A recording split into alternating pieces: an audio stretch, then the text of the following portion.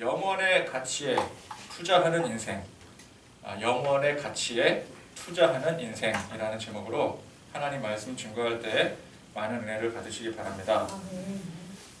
유대의 왕 헤롯은 하나님을 믿고 또 메시아를 기다리는 유다 백성들의 지도자였지만 그의 관심사는 그런 데 있지 않았습니다. 오직 세상 유익과 권력에만 있을 뿐이었습니다. 그는 유대인들의 지지를 얻기 위해서 교회를 핍박했습니다. 야고보를 죽였고요. 또 베드로를 잡아 가뒀습니다. 하지만 성령님께서는 베드로를 살리기를 원하셨고요. 기적적으로 이 베드로를 구출하십니다. 헤롯은 비록 로마 정복국의 왕이었지만 그가 적어도 다스릴 수 있는 그 영역 안에서만큼은 권세와 영광이 하늘 높은 줄 몰랐었습니다. 주변 나라들이 벌벌 떨었습니다. 오늘 보니까 두로와 시돈 사람들이 헤롯에게 와서 벌벌 떠는 모습을 보게 됩니다. 헤롯이 얼마나 의기양양합니까? 그죠? 백성들은 그를 신으로 여기기까지 했습니다. 그렇게 높임을 받았던 사람이었습니다. 그런데 그렇게 잘 나가던 헤롯이 갑자기 죽게 되었습니다. 이 기록에 의하면은 AD 44년에 가이사라에서 열린 당시 로마 황제였던 글라우디우스 황제를 축하하는 행사 때 갑자기 이렇게 병이 들리더만 쓰러졌나 봐요. 그랬더니 닷새 뒤에 바로 죽었다고 기록에 있습니다. 천하의 권세와 영광을 떨쳤던 제왕의 참으로 허무한 죽음이라고 할 수 있는 것이죠. 갑자기 죽은 거예요. 그러니까 제 아무리 천하를 통치하는 제왕이라도 병 걸리면 죽는 겁니다. 그죠? 죽을 병 걸리면 어쩔 수가 없는 거예요. 또 나이가 들어도 죽음을 피할 수 없습니다. 왕이라고 그거 다 피할 수 있는 거 아니에요. 왕이라고 모든 병이 다 고쳐지는 게 아니더라는 것입니다. 중국 천하를 통치했던 진의 시황제가 그 영광과 위엄을 영원토록 떨치고 싶었습니다. 그래서 신하들에게 시켜서 불로장생초를 구해와라. 그럼 뭐 신하들이 어디선가 좀 희한한 풀뿌리라도 캐갖고 와서 이게 불로장생초이옵니다. 그리고 드렸을 거 아니겠어요? 불로장생초도 먹고 하여간 어떻게든 내가 살아보겠다고, 오래 살아보겠다고 가진 수를 다 썼습니다. 그러나 제 아무리 천하의 진시황제라도 죽음을 피해갈 수 없는 것이죠. 왕이라고, 황제라고 여러분 죽을 때 고상하게 죽는 법 있습니까? 사고로 죽기도 하고요. 오늘 말씀에 벌레 먹어 죽기도 하고요. 죽는 방법은 다양한 거예요. 그래서 모든 인생은 결국 죽음 앞에 평등해지는 것입니다. 오는 것에는 순서가 있어도 가는 것에는 순서가 없는 법입니다. 그래서 죽음 앞에서는 모두가 공평하고 모두가 그 앞에 겸허해질 수밖에 없는 것이죠. 왕우장상이 없습니다. 아무 의미가 없어요. 모두가 공평한 것입니다. 자, 그런데 성경은 헤롯이 이렇게 갑자기 죽게 된 것을 하나님의 뜻이라고 해석을 하고 있습니다. 자, 23절 말씀해 보니까 헤롯이 영광을 하나님께 돌리지 아니하므로 주의 사자가 곧 친히 벌레에게 먹혀 죽으니라. 자, 이 죽음의 원인이 뭐라고요? 의학적으로 볼 때는 잘 몰라요. 그죠? 그 당시에 의학 수준으로는 판단할 수가 없는 상황이었기 때문에 그래서 벌레에 먹혔다. 그렇게 표현을 했지만 실제로 벌레가 먹어서 죽었겠습니까? 어쨌든 바이러스에 감염이 됐건 했건 그 당시로서는 원인을 판단할 수 없지만 어쨌건 죽었다라는 것이죠. 그런데 그 사인이 죽음의 원인이 어땠든지 간에 성경 뭐라 그래요? 이 모든 것이 하나님의 뜻이더라는 것입니다. 아멘. 그러면 헤롯의 죽음만 특별히 하나님의 뜻으로 이루어진 것입니까? 아닙니다. 우리 모든 세상 사람들의 죽음, 또 죽음을 넘어서 생사화복 모든 일들이 전능하신 하나님의 뜻대로 이루어지는 것입니다. 하늘을 날던 참새가 떨어지는 것도 하나님의 뜻입니다. 바람이 불고 비가 내리고 또 어제 오늘 내일 일어나는 모든 일들이 하나님의 뜻대로 이루어지는 것입니다. 이걸 뭐라 그래요? 하나님의 섭리라고 합니다. 자, 사람들은 섭리를 믿지 않습니다. 모든 일에는 인과 과정이 있어서 일어날 만한 일들이 일어난 것이지 누군가 어떤 존재가 뜻해서 일어난 일이라고 결코 믿거나 인정하지 않습니다. 그러나 하나님을 믿는 우리 하나님의 백성들은 모든 일에 물론 인과 과정이 있더라도 그 인과 과정까지도 섭리하고 역사하시는 하나님을 믿습니다. 아멘. 하나님을 믿는다고 하면서 하나님의 섭리를 믿지 않는 것은 모순인 것입니다. 우리가 하나님을 믿는다면은 하나님의 섭리를 믿는 거예요. 아멘. 그분의 섭리가 모든 것을 다스리시고 통치하시는 것을 믿는 것입니다. 그러니까 우리 삶에 일어나는 모든 일들은 우연히 일어나는 것이 아니요 당연히 저절로 일어나는 것들이 아닌 것입니다. 모든 일들은 하나님의 섭리로 이루어지는 것입니다. 아멘. 여러분 오늘 이 자리에 앉아서 이렇게 예배 드리는 것도 그것도 내가 선택해서 왔거나 혹은 누군가의 도움이 있어서 여기에 있는 것 같지만 그런 선택이나 도움마저도 하나님의 섭리하에 이루어진 것입니다. 하나님이 허락하셔야지만 우리가 할 수가 있는 거예요.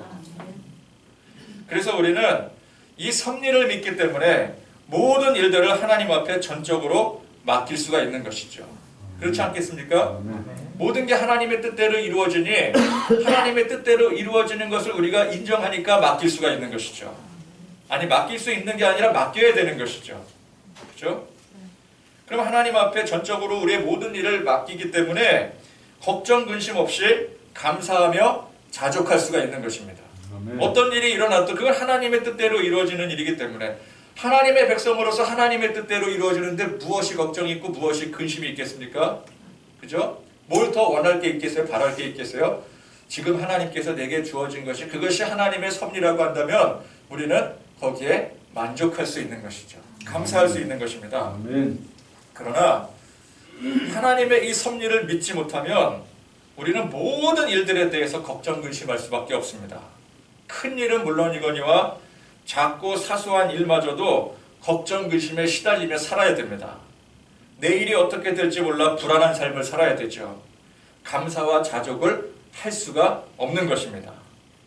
그래서 여러분 우리가 성도가 믿습니다 라고 고백을 할 때에 이 믿음이란 내 뜻대로 내 소원대로 하나님께서 다 척척 이루어 주심을 그걸 믿는 게 아닙니다. 모든 일을 내 뜻대로 이루시는 게 그게 섭리가 아니에요. 섭리는 뭐라고요? 모든 일을 하나님의 뜻대로 하나님께서 이루어 가시는 거. 그러니까 우리가 믿습니다라고 고백할 때 내가 원하는 걸 바라고 이루는 게 그게 믿음이 아닙니다. 많은 사람들이 믿음을 착각하는데 그게 믿음이 아니라는 거예요. 모든 일을 하나님의 뜻대로 이끄시고 인도하시는 섭리를 믿는 것입니다. 아멘. 그래서 우리 섭리를 믿는 성도들은 죽음에 대해서도 이 해석이나 접근 방식 자체가 세상 방식과 달라야 됩니다. 자, 세상은 죽음을 어떻게 바라봅니까? 보통 세상은 죽음을 미지의 영역으로 생각을 하고 미지의 영역이기 때문에 두려워하게 됩니다. 물론 종교적 신념이나 또 사상으로 사후세계를 설명하기도 합니다. 그러나 그 또한 근본적으로 미지의 영역이 되는 것이죠. 대부분의 사람들은 죽음을 끝으로 여깁니다. 죽으면 모든 게 다 끝나니 사는 동안만이라도 좀 제대로 살아보자, 후회 없이 살아보자, 그렇게 생각하며 살아가지만 이게 사실은 앞뒤가 안 맞는 거거든요. 끝을 앞두고 어떻게 후회 없이 살 수가 있겠습니까? 그죠? 우리가 끝이 있음을 안다면 어떻게 그 끝을 아는데 두려움 없이 후회 없이 살 수가 있겠어요? 죽음은 그야말로 고통이요 절망입니다. 두려움의 끝이 되는 것입니다. 그러나 하나님의 섭리를 믿는 우리는 하나님의 영원하심을 믿습니다. 아멘. 여러분 믿으십니까? 아멘. 하나님은 영원하신 분이십니다. 성경은 애초부터 영원에 대해서 강조하시죠. 태초에 하나님이 천지를 창조하셨대요. 그죠? 그러면 천지를 창조하신 그 시기가 있는데 그 전부터 하나님은 계속해서 존재하고 계셨다는 뜻이에요. 창세기 1장 1절부터 그 안에 담겨져 있는 사상이 하나님의 영원성입니다. 그러니까 애초에 하나님의 영원성을 성경은 강조를 하고 있어요. 영원히 존재하시는 하나님께서 이 모든 우리가 사는 이 천지 만물을 만드셨고 또 영원토록 운영하신다라는 거예요. 물론 이 세계가 영원하진 않지만 하나님의 세계는 영원한 것입니다. 성경은 우리가 죽었을 때 그 다음에 어떻게 될지 모른다거나 혹은 신념이나 사상적으로 묘사하지 않습니다. 정확하게 묘사를 하고 있어요. 그죠? 하나님의 영원한 세계에 우리도 거할 것이라고 아예 처음부터 끝까지 성경에서 강조를 하고 있습니다. 애매모호하게 말씀하고 있지도 않아요. 그죠? 그래서 기독교 신앙에 있어서 죽음은 결코 끝이 아닙니다. 또 다른 시작이요, 우리 지금 살아가는 이 생의 영원한 연장선이 되는 것입니다. 그래서 우리 믿는 사람들은 죽음이 더 이상 미지의 영역으로 두려워할 대상이 아닌 것이죠. 끝이 아니기 때문에 죽음이 고통이나 절망이 아닌 것입니다. 우리는 잠시 세상 살다가 이제 저 영원한 세계에 하나님의 영원한 나라에 들어가게 되는데, 성경은 이 영원한 나라를 뭐라고 묘사를 합니까? 본향이라고 묘사를 하는 거예요. 본향이 뭐예요? 원래 우리가 속한 고향을 말하는 것입니다. 본적을 말하는 거예요. 그렇습니다. 여러분, 우리가 잠시 잠깐 사는 이 세상이 이게 우리의 본향이 아니라는 거예요. 우리는 여기가 고향인 줄 알아요. 그러나 여기는 잠시 머물러 갈 곳이지 우리의 본향이 아니라는 것입니다. 장차 거하게 될 하나님의 나라, 천국이 원래 우리가 있어야 될 본향인 것입니다. 아멘. 천국을 하늘나라라고도 하지만 하나님의 나라라고도 합니다. 하나님이 우리 아버지 아니겠습니까? 하나님이 우리 아버지 대신에 그의 나라가 우리의 나라가 되는 거예요. 나의 나라가 되는 거예요. 아버지의 나라가 내 나라가 되는 거죠. 그죠? 그래서 아버지의 나라가 곧 우리의 본향이 되는 것입니다. 탕자의 비유에 보면은 남부러울 것 없이 살던 이 아들이 모질게도 참 바보 같은 결정을 내리게 되죠. 나는 밖에 나가서 아버지와 독립해서 따로 살겠습니다. 그리고 나가서 그 누리던 모든 것들 다 걷어차버리고 그리고 망했죠. 그죠? 우리가 보통 그런 스토리 보면 알잖아요. 저런 망하지. 근데 본인은 망할 줄 모르잖아요. 잘 될 줄 알고 나가는데 우리가 보통 이제 그 인생에 연륜이 있고 그런 상황에서 바라보면 쟤는 필시 나가면 망하지. 망했어요. 그러니까 탕자죠. 그냥 망해서 쫄딱 고생하고 모든 거 다 잃고 나중에 어떻게 해요? 다시 집으로 돌아가게 됩니다. 아버지의 집으로 돌아가게 돼요. 자, 이때 이 탕자가 모든 거 다 잃고 고생만 죽도록 한 자기 그 나와서 살던 그 세상의 삶에 미련을 두겠습니까? 돼지우리에 들어가서 그 돼지 먹이 같이 얻어 먹어가면서 사는 그 삶에 미련을 두겠어요? 아닙니다. 내 원래 살던 집, 아버지의 집에 돌아가면 지금 이 모든 근심 걱정거리들이 전부 다 해결이 되는 거예요. 탕자는 아버지의 집, 본향, 거기가 본향이었어요.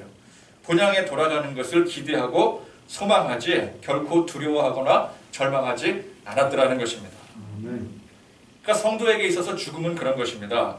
내 아버지의 집, 본향에 돌아갈 것을 기대하고 소망하는 것이죠. 두려워하는 게 아니에요. 우리가 주님 오심을 예비하며 기다리는 것이나 똑같은 것입니다.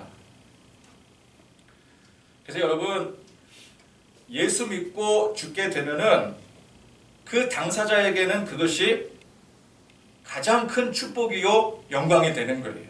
내 생에 있어서 가장 큰 축복이 되는 거예요. 여러분, 우리 생에 있어서 가장 영광스러운 순간이 언제입니까? 우리가 하나님의 자녀로 택함받아서 하나님의 나라에 들어가는 그 순간이 가장 영광스러운 순간이겠죠. 그렇죠? 그러니까 본인에게는 가장 영광스러운 순간이 되는 거예요. 기쁨이 되고 축복이 되는 것이죠. 우리 지난 주간에 CBMC 회원이신 정덕균 집사님, 참 안타깝게 그 지난 주간에 이제 돌아가시고 장례식을 치르게 됐는데, 그 정덕균 집사님 그 첫째 아들이 저랑 동창입니다. 그래서 이제 제가 늦게 찾아가서 이제 같이 또 위로하고, 야, 어떻게 또 이렇게 오래간만에 만났는데, 정말 오래간만에 만났는데 이런 참 그 불행한 사고 때문에 만나게 되냐, 참 그런 식으로 이제 위로의 말을 전했더니 이 친구가, 야, 그러게나 말이다, 이게 웬 날벼락인지 모르겠다, 이제 그렇게 얘기를 하는 거예요. 날벼락이죠. 그죠? 사고로 돌아가신 상황에 남겨진 유족들에게는 그야말로 날벼락인 것입니다. 그러나 여러분, 예수 잘 믿다가 저 영원한 천국에 이제 들어가게 된 집사님에게는, 고인에게는 비록 세상에서의 마지막이 사고였던 무슨 이유였던 간에 그것이 축복이요, 영광이요, 영원한 기쁨이 되는 것입니다. 아멘. 그래서 그 사실을 알면은 우리는 고인을 기꺼이 믿음으로 보내드릴 수가 있는 것이죠. 아멘. 그리고 우리 자신에게도 저 천국에 대한 소망으로 먼저 가신 그분을 바라보면서 배웅해드리면서, 그러니까 장례식이 뭐예요? 배웅해드리는 절차인 거죠. 그죠? 우리도 곧 가겠습니다. 그래서 천국에서 만나보자 찬송 부르잖아요. 그러니까 우리 배웅하면서 기꺼이 믿음으로 보내드리면서 우리 또한 저 천국에 대한 소망을 가지고 남겨진 여생을 살아갈 수가 있는 것이죠. 여러분, 세상에서의 고난과 고통은 잠시뿐이지만 저 천국의 영광은 영원한 것입니다. 배경음악이 참 좋아요. 이렇게 음악이 탁 깔려야 말씀도 더 깊이가 있는 줄 압니다. 그죠? 우리가 예수 믿고 죽게 되면은 그게 기쁨이 되고 영광이 되는 것입니다. 믿으십니까? 아멘. 그럼 기대가 되십니까? 아멘.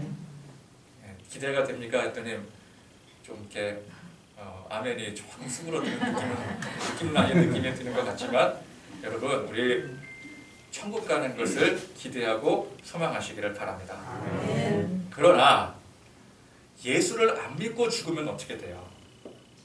예수를 안 믿고 죽게 되면은 그야말로 이 남겨진 유족에게나 본인에게나 그야말로 날벼락이 되는 거죠. 여러분, 아무리 곱게 죽어도 죽음 그 자체가 비참한 것입니다. 예수 안 믿고 죽으면요. 장례식장 여러 군데 다녀보면은 그래도 호상이라 잘 되었다라는 말을 종종 하지 않겠습니까? 호상이 뭔가요? 호상이. 그래도 고인이 고통 없이 또 유가족들이 잘 준비한 가운데 죽게 되면은 그게 보통 호상이라고들 합니다. 또는 세상에서는 의로운 죽음이라는 것도 있죠. 남을 위해서 희생을 한다든지 나라를 위해서 순국한다든지, 그러면 그것도 의로운 죽음뿐만 아니라 또 호상이라고 말할 수도 있는 것입니다. 그러나 여러분, 본질적으로 하나님 믿지 않고 죽으면 그 죽음 자체가 어떤 형태라도 호상이 될 수가 없는 거예요. 여러분, 우리 믿는 사람에게 있어서 호상의 기준이 무엇입니까? 죽음의 방식이 어떤 비참한 방식이라 할지라도 그 본인이 하나님을 열심히 믿다가 갔으면은 그 죽음이 호상인 거예요. 아멘. 그게 호상인 것입니다. 갑자기 죽었어도, 벼랑간 사고로 죽었어도, 우리 보통 세상에서는 그렇게 사고로 죽은 것을 호상이라고 하지 않죠. 그러나 우리는 그럼에도 불구하고 그 사람이 예수 믿다가 죽었으면 그게 호상인 거예요. 예수 믿다가 다른 사람들 혹은 세력에 의해서 핍박받아 죽는 것을 순교라고 합니다. 순교는 사실 사람이 죽는 방법 중에서 가장 비참한 방법 중에 하나죠. 그죠? 죄인으로 처형되는 것인데 거기다 많은 사람들의 비난을 사서 죽게 됩니다. 여러분, 아무리 악한 사람이 죽더라도 죽음 앞에서는 숙연해지는 법 아니겠습니까? 그런데 이 순교는 어때요? 순교는 수많은 사람들이 그 죽음 앞에 비난을 하고 욕까지 합니다. 그러니까 제가 봤을 때 세상 그 어떤 죽음과 비교해 봤을 때 비교해도 결코 밀리지 않는 비참한 죽음이에요. 방식이. 그러나 그런 비참한 죽음이 그 성도에게 있어서는 가장 영광스러운 순간이 되는 것이죠. 그게 순교 아니겠습니까? 하나님께서 내게 맡겨주신 거룩한 사명을 열심히 감당하다, 사명 감당하다 가는 거잖아요. 때가 되어서 우리 주님이 부르시는 저 천국에 들어갈 때, 천국에 들어가게 되면 누구보다도 잘했다 칭찬받는 것이죠. 순교자는 칭찬받아요. 물론 우리가 예수 믿다가 들어가면 다 칭찬받아요. 그러나 순교자에게 있는 상급이 또 있지 않겠습니까? 그죠? 초대교회 시대에는 이 순교라는 게 남의 이야기가 아니었습니다. 어느 누구라도 순교의 대상이 될 수가 있었습니다. 목숨 내걸고 신앙생활했던 시절이었었어요. 그런데 그 당시 성도들은 그런 죽음에 대해서 두려워하기보다는 내가 믿음을 잃게 되고 세상과 타협하게 되고 그 세상 가운데 하나님 떠나 불순종하고 방황하게 되는 것을 더 두려워했습니다. 내가 끝까지 이 믿음을 지켜야 되는데 내 목에 칼이 들어왔을 때 내가 이 믿음을 부정하지는 않을까, 그걸 더 두려워했더라는 거예요. 죽는 것을 두려워하는 게 아니라. 여러분 그렇습니다. 우리는 죽는 게 두려우면 안 돼요. 믿음 잃고 세상 방황하다 저 천국에 못 가게 되는 게 그게 더 두려운 것입니다. 그런데 여러분 어떻습니까? 우리는 이미 믿음으로 구원받았어요. 천국이 못 갈까 두려운 건데 우리는 천국 못 갈까 두려워할 필요가 없어요. 왜? 우리 안에 예수 십자가의 보혈의 공로로 이미 저 천국을 약속받았기 때문에 그래요. 아멘. 믿음으로 의인이 되었기 때문에 그래요. 그래서 우리는 저 영원한 천국을 소망하며 살아갑니다. 이 소망이라는 게 이루어질지 혹은 이루어질지 않을지에 대한 그런 막막함으로 소망을 갖는 게 아니라 확실히 이루어지는 그 보증수표를 들고 소망하고 살아가는 거예요. 그러면 여러분 우리는 더 이상 두려울 것이 없습니다. 세상 어떤 일이 벌어져도 우리는 두렵지 않은 것이죠. 자, 그렇게 이제 세상 영광 자랑했던 헤롯이 비참하게 죽었습니다. 벌레 먹어 죽었다라고 하는 그 죽음의 과정도 비참했지만 그가 평생 예수 핍박하고 원수 지고 살다가 죽었다는 그 자체가 비참한 것이죠. 세상 부귀영화, 남부럽지 않은 영광을 자랑했어도 그게 다 부질없는 것이었습니다. 아무 소용이 없는 것이었어요. 그게 한순간이더라는 것입니다. 여러분 우리 평생 살아가는 게 이게 긴 것 같아도 결코 길지가 않아요. 여러분 지금까지 지내온 세월 한번 돌이켜 보십시오. 어느 순간 이렇게 돌아왔는지 몰라요. 여기까지 왔는지 몰라요. 제가 장례식장에서 오래간만에 동창들을 만났거든요. 제가 그 동창 중에서 정말 다 반가운데 한 친구 정말 반가웠던 게 제 6학년 때 친구였었어요. 6학년 때 이후로 만난 적이 없는데 6학년 때 얼마나 똘망똘망하고 귀엽게 생겼던 녀석이었던지. 근데 제 기억에는 똘망똘망하고 귀여웠던 그 기억이 어제의 기억 같아요. 근데 몇십 년이 지났어요 벌써. 늑다리 아저씨가 되어 있더라고요. 그 똘망똘망했던 녀석이. 잘생겼던 친구들 많았거든요. 근데 우리 아내가 뭐라는 줄 아세요? 어떻게 여보 친구들은 인물들이 그렇게 하나도 없어? 인물들은 다 죽었어요. 아차하는 순간에 그냥 세월이 그렇게 벌어진 겁니다. 찰나의 순간을 우리 살아가는 거죠. 영원이라고 하는 시간에 비하면 영원은 시간이라는 개념도 없잖아요. 근데 어쨌건 우리는 시간의 개념을 생각할 수밖에 없기 때문에 영원이라는 그 개념에 비하면 우리가 사는 이 생애는 찰나의 순간밖에 지나지 않는 거예요. 영원히 지속될 것 같던 그 부귀영화, 세상 영광 끝나는 것이 그게 한순간인 것입니다. 여러분 헤롯의 오늘 이 죽음이 얼마나 허망합니까? 세상이 아무리 찬란한 영광을 자랑하더라도 반드시 심판과 종말이 찾아오게 됩니다. 우리 주님께서 다시 오시는 날 세상 모든 것은 전부 다 중단이 되는 거예요. 그때는 더 이상 이 세상에 내일이 없습니다. 미래가 없어요. 지구가 멸망해도 나는 오늘 사과나무를 심는다 해도 그 사과나무도 그 심는 그 행위도 아무런 의미가 없어져요. 우리는 세상 살면서 언제나 내일을 대비해야 되죠. 그래서 저축을 해야 되고요. 보험도 들어야 되고요. 건강도 지켜야 되고 또 훗날을 대비해서 공부도 해야 되고요. 공부도 열심히 해야죠. 또 기술도 배우고 자격증들도 많이 따놔야 됩니다. 그런데 그렇게 열심히 내일을 대비하는 것 이상으로 우리는 저 영원한 천국의 삶을 대비해야 됩니다. 사실 따지고 보면은 우리가 우리 삶의 구할 이상을 저 영원한 미래를 대비해야 되겠죠. 그렇죠? 우리는 잠깐 아차하는 순간을 살아가는데 그 아차하는 순간에다가 우리 모든 역량을 다 동원해서 대비하고 살면 안 되잖아요. 영원히 살 그 영원의 나라를 염두에 두고 그걸 대비한다라고 한다면은 우리는 우리가 쏟을 수 있는 그 노력 중에 구할 이상을 거기에다가 투자를 해야 되는 거예요. 그게 지혜로운 방법이죠. 잠깐뿐인 세상살이를 우리가 미처 대비하지 못하고 살지언정 저 영원한 세계는 반드시 대비하고 살아야 되는 것입니다. 아멘.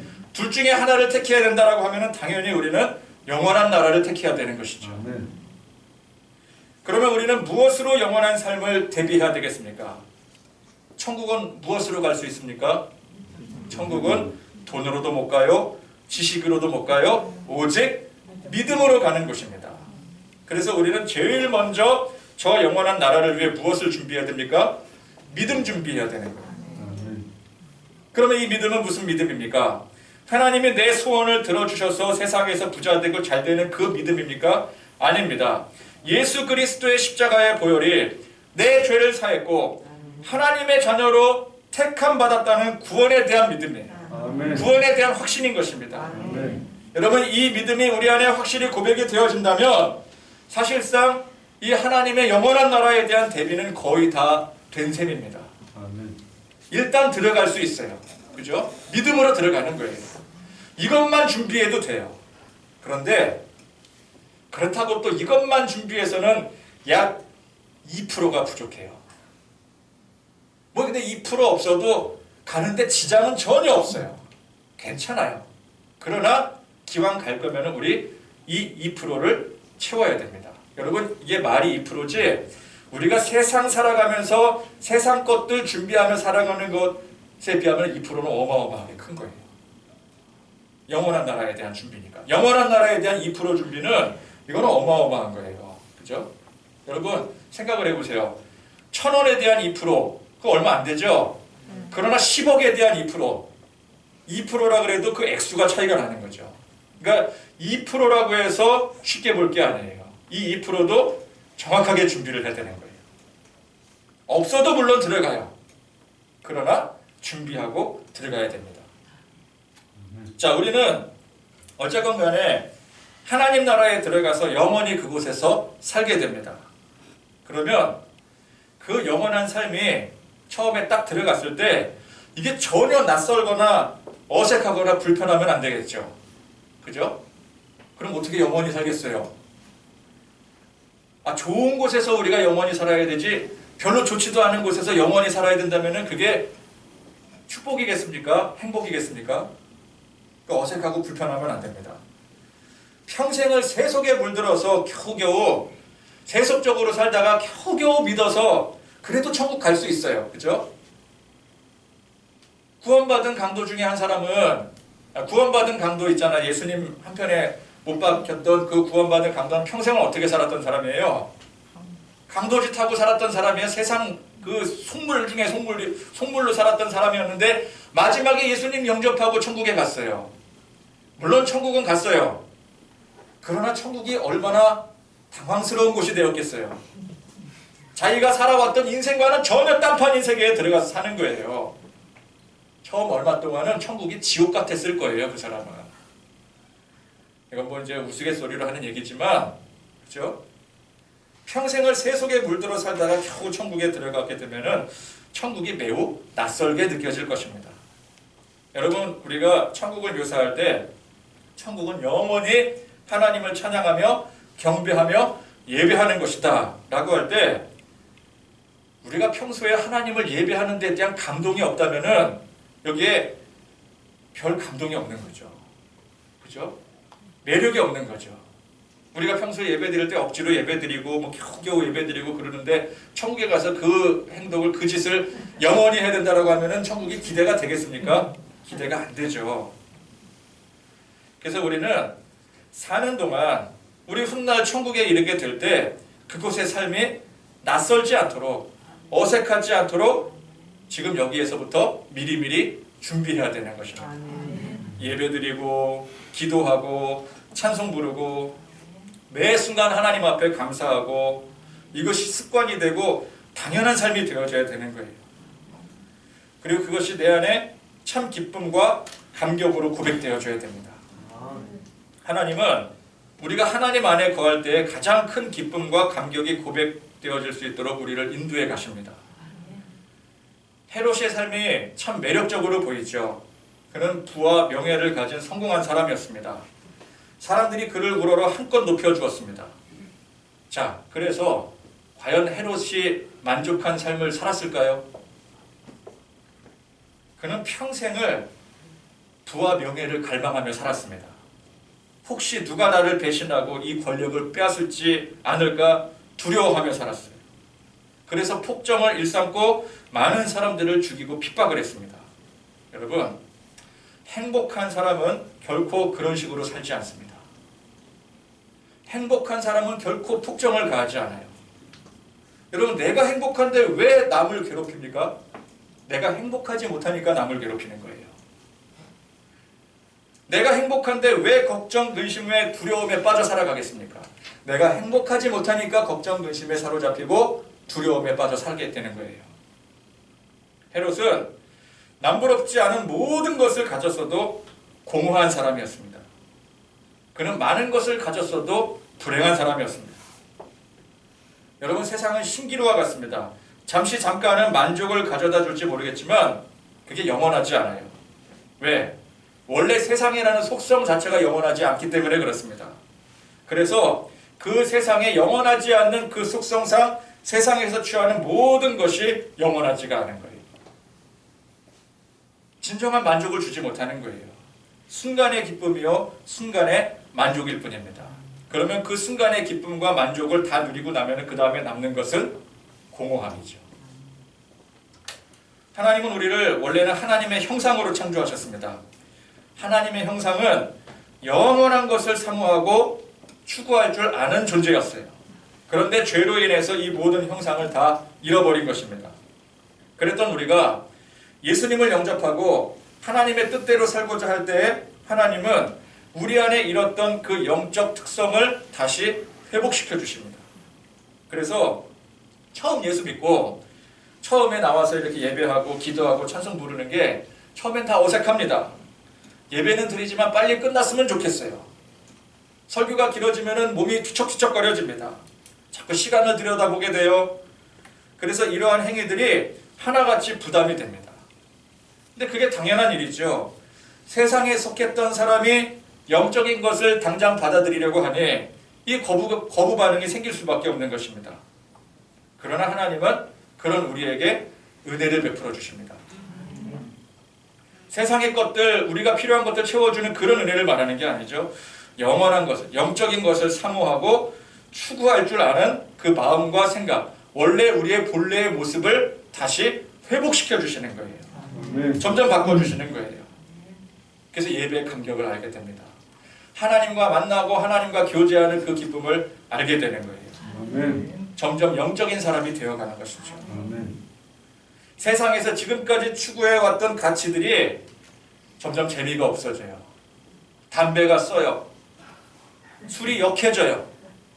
내가 지금까지 막 그렇게 세상에 휩쓸려서 그렇게 소중하게 여겼던 것들이 내가 그걸 뭘 그렇게 하려고 그거를 그렇게 발버둥치고 살았는가 라는 회의감마저 들게 돼요. 점점 거기에 흥미를 잃어가게 됩니다. 그리고 하나님을 찾게 되죠. 그게 하나님의 나라, 천국을 대비하는 일이 되지 않겠습니까? 먼저는 복음을 믿음으로 내가 하나님의 자녀, 천국 백성이 되었다라고 하는 그 믿음을 가지고 그리고 이제 그 믿음에 걸맞는 영적인 사람이 되어가는 게 그것이 저 영원한 진정한 미래를 대비하는 성도의 모습인 것입니다. 헤롯은 세상적으로 성공한 대표적인 사람이죠. 그러나 그는 동시에 교만한 사람이었습니다.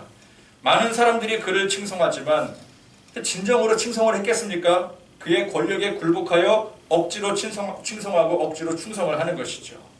이 권력을 빼고 나면은 남는 게 아무것도 없어요. 헤롯이라는 인간에. 교만이라고 하는 시체만 남게 되는 것입니다. 결국 그는 교만으로 망하게 되었습니다. 하나님을 알지 못하고 믿지 못하고 그래서 영적인 미래를 대비하지 못하는 삶이 곧 교만한 삶인 것입니다. 교만의 끝은 성경이 말씀하는 대로 패망인 것입니다. 우리는 오늘 이 헤롯의 죽음을 통해 확실한 교훈을 얻게 되는 것이죠. 세상의 소망을 두고 세상을 추구하는 삶이 얼마나 어리석고 비참한 인생인가. 하나님 없이 믿음 없이 사는 교만한 인생의 최후가 결국에는 이렇게 비참하고 허망한 결과를 가져오게 됨을 다시금 말씀을 통해 깨닫기를 바랍니다. 아멘.